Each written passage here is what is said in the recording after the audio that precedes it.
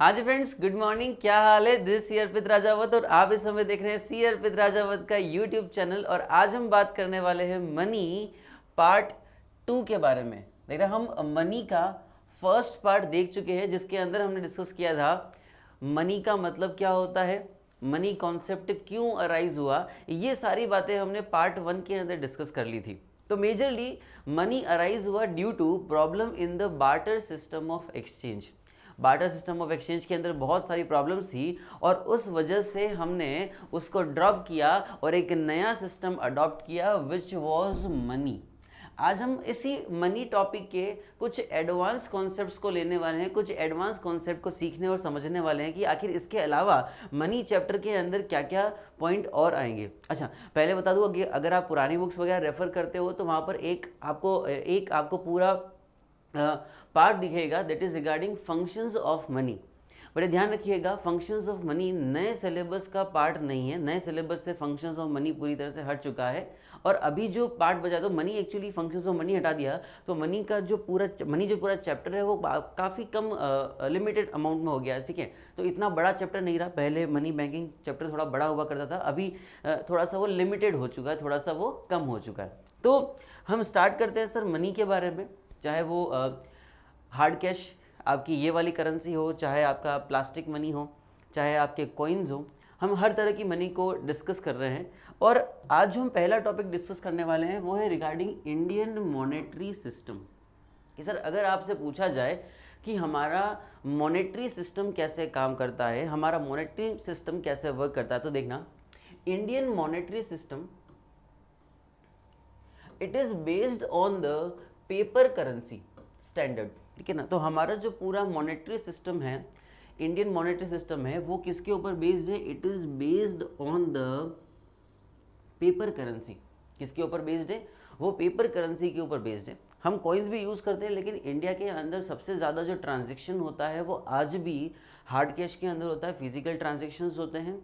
और वहाँ पर जो करेंसी है वो पेपर करेंसी है। सबसे ज़्यादा जो करेंसी यूज़ में होती है वो कौन सी करेंसी यूज़ में हो रही है? आज भी हमारे पास सबसे ज़्यादा पेपर करेंसी को यहाँ पर यूज़ किया जाता है। Currency is issued in India by RBI. हमारे यहाँ पर कौन इशू करता है? What is the authority, who is the authority which issue currency? तो हमारे यहाँ पर करेंसी इशू करने का काम करता है RBI, reserve bank of India. वैसे नॉर्मली ऐसा माना जाता है, नॉर्मली ऐसा होता भी है कि जो सेंट्रल अथॉरिटी मनी इशू करने की कौन सी है, वो है आपका central bank of any country. लगभग हर कंट्री के अंदर यही सिस्टम होता है, सारी कंट्री की बात नहीं कर रहा, लेकिन लगभग हर कंट्री के अंदर यही सिस्टम होता है कि वहाँ का जो सेंट्रल बैंक होता है, और इंडिया का सेंट्रल बैंक कौन सा है? आरबीआई। तो आगे वाला चैप्टर जो मैं पढ़ाऊंगा आपको, जब मैं बैंकिंग सिस्टम पढ़ाऊंगा तो वहाँ पर भी पढ़ाऊंगा कि सर पूरा जो मनी सिस्टम है और पूरा जो बैंकिंग सिस्टम है उसको कंट्रोल करने का पूरी जो लाइबिलिटी है, पूरी जो जिम्मेदारी है वो किसके ऊपर है? वो आरबीआई के ऊपर है, based on the minimum reserve system. अब आप बोलोगे सर आरबीआई तो पैसा छाप रहा है, तो हम एक काम करते हैं, आरबीआई अनलिमिटेड पैसा क्यों नहीं छाप देता? मेरे बच्चों के कई बार डाउट होते हैं। ठीक है, अच्छा एक और बात होती है कि अगर आप किसी भी तरह का डाउट पूछना चाहते हैं तो कमेंट सेक्शन के अंदर लिख सकते हैं, आपको आराम से जवाब मिल जाएगा। अब बच्चों का एक डाउट आता है कि सर हमारे यहाँ पर करेंसी कौन इशू कर रहा है? हम बोलते हैं सर करेंसी इशू करने वाला आरबीआई।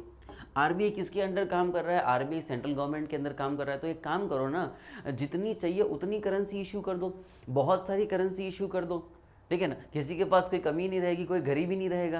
क्या हम ऐसा कर सकते हैं? नहीं sir, the answer is no sir, आप ऐसा नहीं कर सकते। क्वेश्चन आता है कि सर हम ऐसा क्यों नहीं कर सकते, आखिर ऐसा क्यों नहीं किया जा सकता? उसका पॉइंट समझना, उसका रीज़न है, पहला रीज़न, उसके बहुत सारे रीज़न है, वैसे तो उसके बहुत सारे रीज़न है, लेकिन उसका एक रीज़न है, वो है मिनिमम रिजर्व सिस्टम। मतलब कि फॉर एग्जाम्पल आरबीआई को आज 100 करोड़ कैश या मनी या इकोनॉमी के अंदर 100 करोड़ की करेंसी इशू करनी है, जनरेट करनी है, छापनी है। नॉर्मल लैंग्वेज बोले तो 100 करोड़ का करेंसी उनको छापना है। तो इसका एक मिनिमम परसेंटेज, इसका एक स्पेसिफाइड परसेंटेज उन्हें गवर्नमेंट के अंदर या खुद के पास रिजर्व रखना पड़ता है। फॉर एग्जांपल 30%, तो 100 करोड़ का अगर कैश निकालना है तो 30%, मान लो सपोज एग्जांपल लिया 30%, तो 30% मतलब कितना हो गया? 30 करोड़ के बराबर का उन्हें क्या रखना पड़ेगा, अपने पास में करेंसी को रखना पड़ेगा, मतलब अपने 30% रिजर्व रखना है। रिजर्व किस फॉर्म में रखा जाएगा, रिजर्व रखा जाएगा जैसे कि गोल्ड के अंदर, फॉरेन बॉन्ड्स के अंदर, फॉरेन करेंसी के अंदर, किसी भी फॉर्म के अंदर 30 करोड़ का उनको रिजर्व रखना होगा, तब जाकर के वो 100 करोड़ का करेंसी इशू कर सकते हैं, 100 करोड़ की करेंसी इशू की जा सकती है। तो इसलिए वहाँ पर एक मिनिमम रिजर्व रिक्वायरमेंट है कि इतना तो पैसा आपको रखना ही रखना है। इस वजह से, इस सिस्टम की वजह से हमारा जो मॉनेटरी सिस्टम है वो पूरी तरह से कंट्रोल्ड रहता है। और अगर ये नहीं होता तो हमारा सिस्टम उतना बेटर, उतना बेहतरीन तरीके से कंट्रोल नहीं हो पाता जितना अभी हो रहा है। ठीक है, अगला देखना, currency issued in India is inconvertible. आप उसको कन्वर्ट नहीं करवा सकते। वैसे हाँ, अगर आप करेंसी नोट उठाओगे तो उसके ऊपर लिखा होता है, और उसके ऊपर आरबीआई के गवर्नर के साइन होते हैं, वहाँ लिखा होता है मैं धारक को इतने रुपए अदा करने का वचन देता हूँ, ऐसा लिखा होता है। कैसे क्यों लिखा जाता है कि वो लाइबिलिटी तो ले रहे हैं हाँ, लेकिन वो कन्वर्टेबल करने की रिस्पॉन्सिबिलिटी नहीं ले रहे। ठीक है ना। The issuing authority will not convert into Boolean, gold और सिल्वर। वो ऐसा कहीं नहीं कह रहे कि ये जो करेंसी इसको हम गोल्ड में, सिल्वर या बुलियन, बुलियन का मतलब होता है जो भी आपकी प्रेशियस कमोडिटीज़ है, जैसे गोल्ड, सिल्वर, इनको कहा जाता है बुलियन, रॉ गोल्ड को कहा जाता है बुलियन।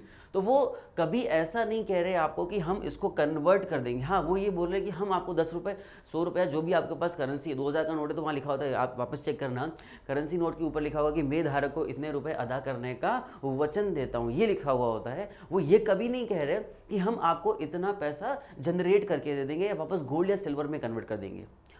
कुछ इस तरह से हमारा मॉनेटरी सिस्टम काम करता है। अगर वापस से रिपीट करूं तो हमारा जो पूरा मॉनेटरी सिस्टम है वो बेस्ड है करेंसी के ऊपर। ठीक है, कौन सी करेंसी के ऊपर, पेपर करेंसी के ऊपर।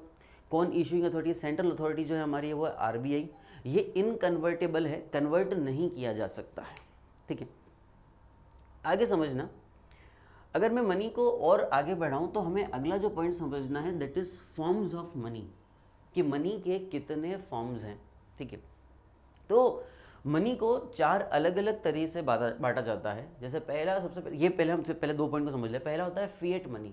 ठीक है, एफएलएट नहीं, फ्लैट नहीं है, fiat money and fiduciary money. उसी तरह से आती है full bodied money and credit money. ये 4 तरह की मनी नॉर्मली अवेलेबल होती है या इसी तरह की करेंसी के अंदर हम समझते हैं। पहले हम फिएट मनी की बात करते हैं। ठीक है, तो फिएट मनी क्या है, refers to money by order और authority of government. It includes notes and coins. इसमें क्या क्या इंक्लूड है, इसमें नोट और कॉइन्स इंक्लूड है। वो करेंसी जो सेंट्रल अथॉरिटी के ऑर्डर से निकली है, जैसे वो करेंसी जो आरबीआई ने आपको दी है, वो करेंसी जो पेपर करेंसी की तरह मेरी पॉकेट में पड़ी हुई है, जो कॉइन्स की तरह मेरे पॉकेट में पड़ी हुई है, वो कहलाती है हमारी फिएट मनी। कौन सी मनी है वो, that is known as fiat money. उसी तरह से समझना what is fiduciary money. Fiduciary money क्या है, is that money which is accepted as a medium of exchange because of trust between the payer and payee. जो pair और पेई के ट्रस्ट की वजह से यूज में ली जाती है। एग्जाम्पल देखना, checks are fiduciary money as these are accepted as a medium of payment on the basis of trust and not on the basis of any order of the government। मैं किसी government के order की वजह से accept नहीं कर रहा, मैं किसी गवर्नमेंट के ऑर्डर की वजह से एक्सेप्ट नहीं कर रहा। चेक मैं इसलिए ले रहा हूँ कि मुझे सामने वाले के ऊपर भरोसा है कि यार नहीं यार, वो चेक दिया है, वो पर्सन है, उसके अकाउंट में पैसा होगा और जब भी मैं मेरे बैंक के अंदर पैसा डालूंगा तो मेरे को पैसा वापस में मिल जाएगा। तो ये सब मुझे क्या है, ऐसा मुझे सामने वाले पर्सन के ऊपर ट्रस्ट है, इसलिए मैं एक्सेप्ट कर रहा हूँ। Is known as fiduciary money. कौन सी मनी कहलाती है, ये कहलाती है आपकी फिड्यूशरी मनी। फिएट मनी, ये इसको लेने से कोई मना नहीं कर सकता। जैसे कि मान लो किसी ने आपसे मांगा कि भैया 2 महीने का उधार बाकी, आपने उसको इंडियन करेंसी में पेमेंट कर रहे हो, इंडिया के अंदर इंडियन करेंसी में पेमेंट कर रहे हो, बोला नहीं भैया मुझे डॉलर चाहिए। क्या कोई पर्सन ऐसा कह सकता है? The answer is no. कोई भी पर्सन उसको लेने से मना नहीं कर सकता। अगर कोई पर्सन उसको इंडियन करेंसी को लेने से मना करता है, it is an criminal offence. I repeat again, कोई भी पर्सन इंडिया में इंडियन करेंसी को लेने से मना नहीं कर सकता, it is an criminal offence. क्योंकि सर वो फिएट मनी है, वो ऑर्डर ऑफ गवर्नमेंट है, गवर्नमेंट ने उसको पास किया है कि ये तो आपको लेना ही लेना है। दूसरा आता है बाय द ट्रस्ट। जो फिड्यूशरी मनी होती है वो बाय ट्रस्ट होती है। आपके और हमारे ट्रस्ट की वजह से दी जाती है। तो पेयर और पेई का ट्रस्ट, अब ये लेना या नहीं लेना उसका डिस्क्रिशनरी पावर है, उसको आप मना नहीं कर सकते। अगर वो कहेगा कि हाँ एक्सेप्टेबल है तो ठीक है, वो कहेगा नहीं नहीं ये एक्सेप्टेबल नहीं है तो कोई बात नहीं, तो आप उसको प्रेशराइज नहीं कर सकते कि नहीं भैया आपको लेना ही लेना पड़ेगा, आप उसको मना नहीं कर सकते। तो ये डिफरेंस होता है फिड्यूशरी मनी में और ये होता है आपका फिएट मनी, ठीक है।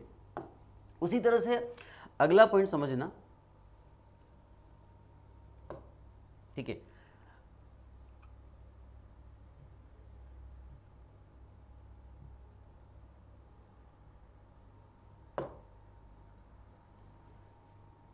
सॉरी, अगला जो पॉइंट है वो है full bodied money and credit money. अगला कौन सा है? अगला है full bodied money and credit money. अब समझना फुल बॉडीड मनी क्या है, फुल बॉडीड मनी का मतलब क्या होता है। Full bodied money refers to money in terms of coin whose commodity value is equal value and when these are issued, जब इस इकोनॉमी को इशू या इस करेंसी को इशू किया जाएगा तो उसकी कमोडिटी वैल्यू, ध्यान समझना, उसकी कमोडिटी वैल्यू उसकी मनी वैल्यू के बराबर होती है। I repeat again, full bodied का मतलब है कि जब कमोडिटी वैल्यू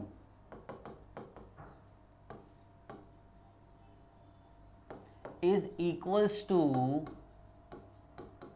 मनी वैल्यू, जब ये दोनों आपस में बराबर होती है तो वो कहलाती है फुल बॉडीड मनी। जैसे इंडिया में अगर 1 रुपए का कॉइन है तो उसके अंदर जो कमोडिटी लगी हुई है, जैसे कि जो जिस कमोडिटी से वो बना हुआ है, ठीक है ना, उस कमोडिटी को पिघला करके बेचा जाएगा तो भी कितना आएगा, तो भी आपका 1 रुपये आएगा, क्योंकि उसकी कमोडिटी वैल्यू और मनी वैल्यू दोनों ही बराबर। अगर ऐसा नहीं होता, मान लो ऐसा नहीं होता कि कमोडिटी वैल्यू और मनी वैल्यू बराबर नहीं होती, तो लोग क्या करते, लोग उन सारे मेटल के सिक्कों को गला गला करके बेच देते, उनको ज़्यादा पैसा आ जाता। तो ऐसा करना है क्या? ऐसा नहीं करना। इसलिए कॉइन्स के अंदर ये ध्यान रखना बहुत ज़रूरी होता है कि जो करेंसी की वैल्यू है वही मनी की वैल्यू होनी चाहिए, ठीक है। जो कमोडिटी की वैल्यू है वही मनी की वैल्यू होनी चाहिए। Full bodied money refers to money in terms of coin whose commodity value, I repeat again, commodity value किसके बराबर होती है? मनी वैल्यू के बराबर होती है। As and when these are issued. Example समझना, a rupee coin during the British period in India was made of silver, क्योंकि उस टाइम पर 1 रुपए की कीमत 1 सिल्वर कॉइन के बराबर होती थी। Commodity value of metal that is the rupee coin is made of in India, obviously much lower than the money value of the rupee coin. Otherwise people would have melted the coin and sold the metal in the market at a price greater than 1 rupee. लोग क्या करते, उसको पूरी तरह से गला देते और गलाने के बाद बेचते। अगर मान लो 1 रुपये का कॉइन, मान लो आज की तारीख में 1 रुपये का कॉइन हम क्या करते हैं, 1 रुपये का छोटा सा कॉइन आता है, उसको हम एक काम करते हैं, हम उसको गोल्ड का बना लेते हैं। सोचो क्या होगा, गोल्ड 1 ग्राम का या आधे ग्राम का, या वो भी गोल्ड की बात करें तो 1 ग्राम की गोल्ड की कीमत तो करीबन 3,000 4,000 रुपये हो जाती है, 5,000 रुपये हो जाती है आजकल तो। और 1 रुपये का कॉइन अगर मैं गोल्ड का बना लूँ, सोचो तो लोग क्या करेंगे, लोग इस गोल्ड के कॉइन को क्या कर देंगे, सेल ऑफ कर देंगे, इसको गला देंगे और इसको सेल कर देंगे। ऐसा करना है क्या? नहीं। इसलिए ना तो गोल्ड का ना सिल्वर का, 1 रुपये की मनी वैल्यू का, 1 रुपये की मनी वैल्यू का ही वहाँ पर क्या जनरेट किया जाता है, कॉइन जनरेट किया जाता है, कि जितनी उसकी वैल्यू है उसके बराबर का ही कॉइन जनरेट किया जाता है। So it is regarding full bodied money. अब अगला आता है क्रेडिट मनी। अब क्रेडिट क्या है? It is the monetary value created as a result of some future obligation और क्लेम। फ्यूचर में जो पैसा मिलेगा, ठीक है, जैसे आजकल कई तरह की सिस्टम अवेलेबल है, like bonds, money market etcetera, ठीक है ना। मनी मार्केट के बॉन्ड्स वगैरह हो गए, जो पेपर डॉक्यूमेंट होता है, वो बॉन्ड क्या होता है कि बॉन्ड की सर आज की कोई वैल्यू नहीं, आज देखोगे तो पेपर है, क्या कुछ भी नहीं, पेपर है, पेपर की क्या वैल्यू है। या एक एग्रीमेंट है आपके बीच में, लेकिन उस एग्रीमेंट से आपको फ्यूचर में पैसा मिलेगा। उस एग्रीमेंट से आज पैसा नहीं मिल रहा, उस एग्रीमेंट से हमको फ्यूचर में पैसा मिलेगा। तो समझना, it is the monetary value created as a result of some future obligations और क्लेम। फ्यूचर में कोई ऑब्लिगेशन मिलने वाला, लेने वाला है, या फ्यूचर में कोई ऑब्लिगेशन हम पेमेंट करने वाले हैं, तो उसके लिए काम में आता है। Creation of monetary value through the establishment of future claims, किसी तरह के फ्यूचर क्लेम को वहाँ पर प्रेस्क्राइब करना, किसी तरह के फ्यूचर क्लेम को यूज़ करना is known as credit money. वो क्या कहलाता है? वो आपके लिए क्रेडिट मनी कहलाता है। तो क्रेडिट मनी और इस मनी के अंदर कोई ज़्यादा डिफरेंस नहीं है, वैल्यू के अकॉर्डिंग डिफरेंस होता है। देखना चारों पॉइंट समझना। पहला जो पॉइंट मैंने पढ़ाया था आपको, फिएट मनी। फिएट मनी क्या होता है? जो आपकी ऑर्डर और अथॉरिटी, मतलब जो गवर्नमेंट इशू कर रही है, जो आरबीआई इशू कर रहा है, वो आपकी fiat money.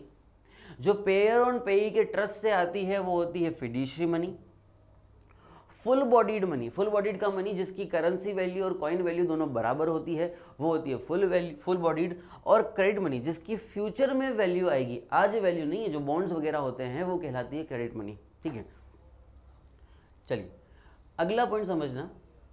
The next is regarding money supply. अगर ना मनी के साथ में अगर आपसे एक क्वेश्चन पूछा जाए कि सर मान लो फॉर एग्जांपल आपसे एक क्वेश्चन पूछा गया कि what is the total money supply in India. आपसे एक बहुत छोटा सा क्वेश्चन पूछा गया है। क्वेश्चन ये पूछा गया है कि what is the money supply in India, कि टोटल इंडिया में मनी सप्लाई कितनी है। ठीक है, मान लो अगर मैं आपसे पूछूं कि कैलकुलेट करके बताओ एज ए कॉमर्स स्टूडेंट, ठीक है, कि यार एक काम करो, सारे 12th वाले मिलकर के एक आज जाकर के एक फाइंड आउट करो, आज जाकर के मुझे बताओ कि पूरे भारत में, क्या क्वेश्चन पूछना वापस सुनना, कि पूरे भारत में कुल मिलाकर के मनी सप्लाई कितनी है। और मैंने ये आपसे क्वेश्चन पूछा है कि you have to calculate the total value of money supply. अब बोलिए what will be your answer, money supply क्या है? तो आप लोग नहीं से बता सकते। अब देखना, the supply of money means the total stock of all the forms of money. सारे फॉर्म्स ऑफ मनी को क्या कर लीजिए आप, जोड़ लीजिए। उसमें आ रहा है पेपर मनी, ऐड कर लो, कॉइन्स ऐड कर लो, बैंक डिपॉजिट। अब सोचो क्या ये पॉसिबल है कि हम टोटल जो मनी है उसको हम कैलकुलेट कर ले, टोटल मनी है उसको हम जोड़ ले? तो यार ये तो बड़ा मुश्किल हो जाएगा हमारे लिए कि हम टोटल मनी को क्या कर रहे हैं, ऐड कर रहे हैं, टोटल मनी को हम क्या कर रहे हैं, जोड़ रहे हैं। तो उसको कैसे करें? तो एक्चुअली क्या होता है कि आरबीआई को पता होता है कि सारे जो नोट इशू किए हैं वो किसने इशू किए हैं। All the currency documents, all the notes are issued by the RBI. सारे किसने इशू करें? सारे आरबीआई ने इशू करें। जब ये सारी चीज़ें आरबीआई ने ही इशू करी है, सारा काम आरबीआई ही कर रहा है, तो सबसे पहले इसके अंदर टोटल पेपर मनी, पूरे इंडिया में कितनी पेपर मनी है वो जोड़ लो, पूरे इंडिया में कितने कॉइन्स हैं वो जोड़ लो, और जितनी बैंक डिपॉजिट्स हैं वो सारी बैंक डिपॉजिट्स अगर जोड़ दी जाती है, that is known as your money supply. आगे देखना, which are held by the public at any particular point of time. तो मान लो आज की हम बात करें, फॉर एग्जांपल आज डेट है 1 अप्रैल 2021। तो आज की तारीख में आपके पास कितनी पेपर करेंसी पड़ी हुई है, आपके पास कितने कॉइन्स पड़े हुए हैं, और आपके बैंकों में कितना डिपॉजिट्स है, वो सब जोड़ लो। It is known as total money supply in the economy. ठीक है, आगे देखना, in India RBI uses 4 alternative measures of money supply. 4 money supply के मेजर्स यूज किए जाते हैं, which are M1, M2, M3 और M4। अब वालों को सर इतने सारे याद करने पड़ेंगे क्या? नहीं सर, आपके सिलेबस के अंदर सिर्फ M1 नहीं, सिर्फ यही कवर है। एक ही टॉपिक आपको पढ़ना है, M2, M3 और M4 आपको पढ़ने की ज़रूरत नहीं है। तो आपको सिर्फ एक ही टॉपिक पढ़ना है, कौन सा? M1। अब हम बात करते हैं M1 के बारे में कि M1 क्या है, मनी सप्लाई क्या है। देखना, ठीक है, supply of money does not include cash balance held by the central and state government. ठीक है, इसमें सेंट्रल गवर्नमेंट और स्टेट गवर्नमेंट का पैसा मैं इंक्लूड नहीं कर रहा हूं। And stock of money held by banking system of country as they are not in actual circulation of the country. ठीक है, तो मैं क्या इंक्लूड नहीं कर रहा हूँ, सेंट्रल गवर्नमेंट और स्टेट गवर्नमेंट का पैसा नहीं हेल्ड कर इंक्लूड कर रहा हूँ। मैं मनी सप्लाई के अंदर कौन सी मनी सप्लाई इंक्लूड कर रहा हूँ, जो कि जनरल पब्लिक के पास में अवेलेबल है। Only that money supply which is available with the general public, उसको इंक्लूड कर रहा हूँ। और उसका एक बहुत छोटा सा फॉर्मूला है, M1 is equals to C। C मतलब कि सी का मतलब है currency and coins held with the public. ठीक है, पहला पॉइंट क्या है, पहला पॉइंट समझना, पहला पॉइंट है सी करेंसी, कि आपके पास में टोटल कितनी करेंसी पड़ी हुई है।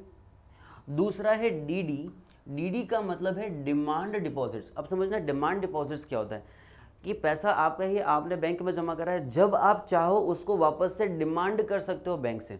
ठीक है ना, इसको हम बोलते हैं सर नॉर्मली ये आपका सेविंग और करंट अकाउंट होता है। सेविंग अकाउंट से जब आपको पैसा चाहिए तब आप पैसा वापस से मांग सकते हो। आपने चेक लगा दिया, आपने डेबिट कार्ड से पेमेंट ले लिया, क्रेडिट कार्ड से, कैसे भी करके आप पेमेंट वापस मांग सकते हो, वापस निकाल सकते हो, इसलिए इसको हम कहते हैं डीडी, मतलब कि डिमांड डिपॉजिट्स। तो सबसे पहला कौन सा है, सी। सी मतलब कि आपके पॉकेट में कितना पैसा पड़ा हुआ है, आपकी तिजोरी में कितना पैसा पड़ा, जो भी हार्ड कैश पड़ा हुआ है, जो भी कॉइन पड़े हुए हैं, उन सबको जोड़ लो। दूसरा, आपकी बैंक के अंदर कितना पैसा पड़ा हुआ है उसको जोड़ लो। और तीसरा आता है ऑडी। ऑडी मतलब कि अदर डिपॉजिट्स, इसके अलावा जो भी डिपॉजिट्स है वो सब जोड़ ली जाती है। तो ये बनता है हमारा पूरा कॉन्सेप्ट, पहला concept which is known as M1।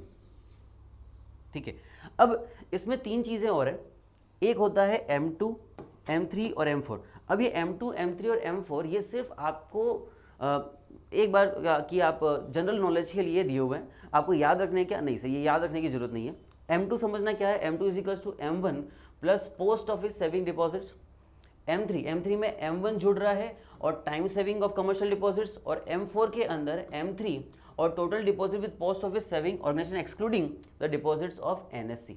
ठीक है, ये तीनों ध्यान रखना है, ये तीनों आपके सिलेबस के अंदर नहीं है, M2, M3, M4। हाँ, M1 आपको समझना जरूरी है। M1 के अंदर आ रहा है C currency, DD demand deposits और OD अदर डिपॉजिट्स। ठीक है, हाँ जी फ्रेंड्स, तो अब हम बात करते हैं अदर डिपॉजिट्स की। हम बात कर रहे हैं M1 की, तो M1 में तीन चीज़ें इंक्लूड है, C currency, DD demand deposits और OD अदर डिपॉजिट्स। ये तीनों चीज़ें मिलकर के हमारा M1 बनता है।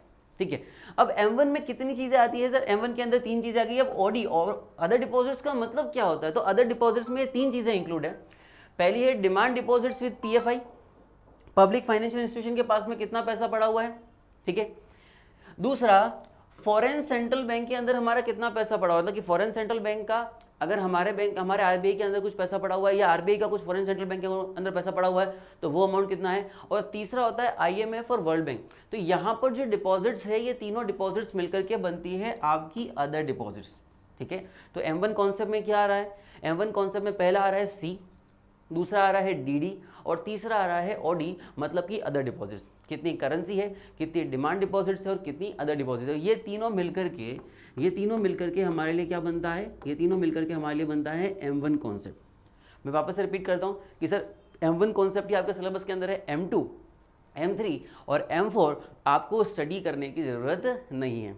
तो ये हमारा मनी चैप्टर यहाँ पर कंप्लीट होता है। मिलते हैं हम नेक्स्ट लेक्चर के अंदर। Till then goodbye, take care, bye bye.